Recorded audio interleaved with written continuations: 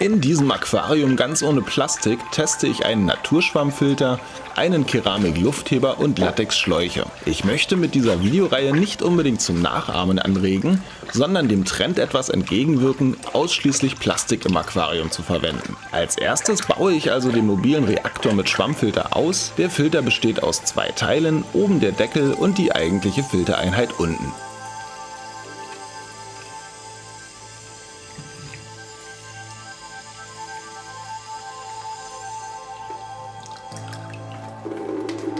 Schnell noch die Unterwasserkamera installiert, um auch mal den Mulm unter dem Filter zu sehen. Es sieht nicht übermäßig verdreckt aus, würde ich sagen, so wie unter jedem anderen meiner Aquariumfilter auch. Wer wissen will, warum Mulm so wichtig im Aquarium ist, klickt oben rechts auf den Link. Am Meeresboden tun Schwämme nichts anderes als Wasser zu filtern, indem sie Wasser, Schwebstoffe und Nahrungspartikel einsaugen. 1 Kilogramm Schwamm pumpt und filtert am Tag 1 Tonne Wasser im Meer. Badeschwämme wurden außerdem schon früh zum Filtrieren von Wasser eingesetzt. Dieser Naturschwammfilter hier ist seit über 8 Monaten im Dauereinsatz. Er schimmelt nicht und ist weiterhin bedenkenlos einsatzfähig. Der Luftheber pumpt ca. 1,8 Liter Wasser in der Minute durch den Schwamm. Das sind mehr als 2500 Liter am Tag. Ich habe den Schwamm im ersten Zyklus mit kleinen Schwammresten abgedichtet. Der Schwamm selber scheint sich nicht aufzulösen, auch wenn er so nass einen sehr weichen Eindruck macht. Im Herzen, da wo der Luftheber aufliegt, sieht man, wie dunkel und zugesetzt der Filter an der Stelle ist. Ich spüle den Filter jetzt per Hand in Aquarienwasser .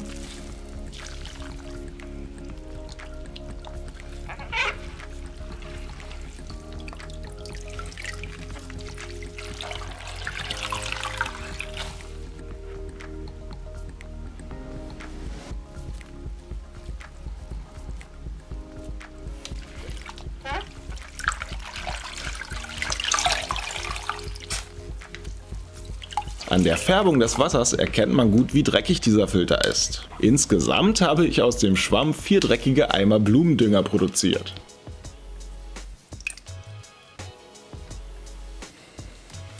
Im Vergleich mit einem unbenutzten Schwamm sieht man doch, dass der Filter etwas gelitten hat. Um die Bakterienstämme im Filter zu schonen, lasse ich den Schwamm nicht austrocknen.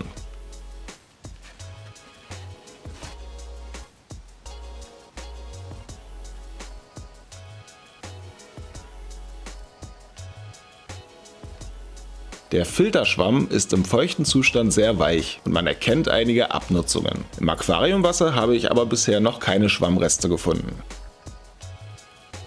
An den Stellen, wo das meiste Wasser durchgefiltert wird, erkennt man dunkle Verfärbungen.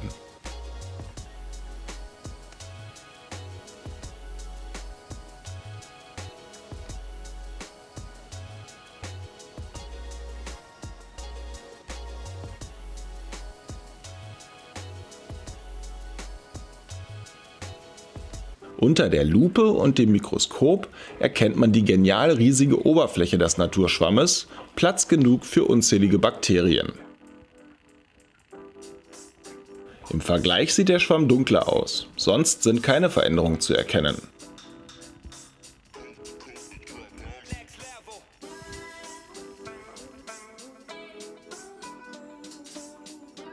Wenn man ein Stück von dem benutzten Filter trocknet, rieselt Dreck heraus. Der Grund für die Verfärbungen im Schwamm.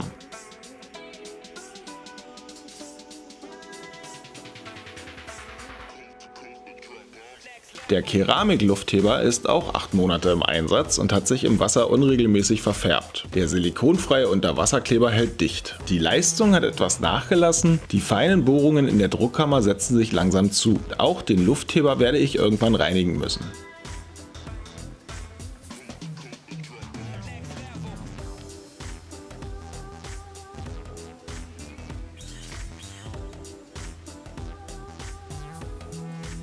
Zum plastikfreien Aquarium lässt sich sagen, dass der Schwimmfarn wie gewohnt alles zuwuchert. In regelmäßigen Abständen entferne ich den kompletten Schwimmfarn.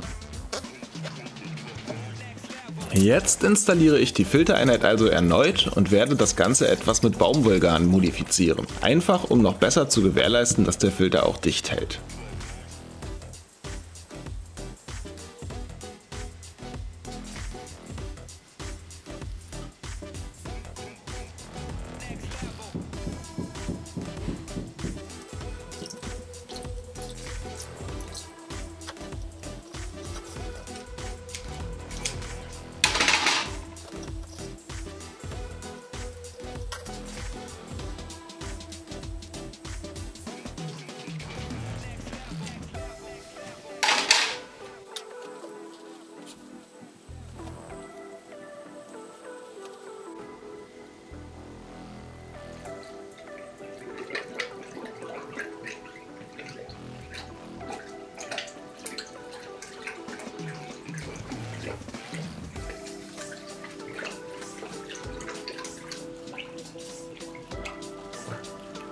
Das Aquarium ist voller Leben. Fische, Schnecken und Garnelen tummeln sich hier.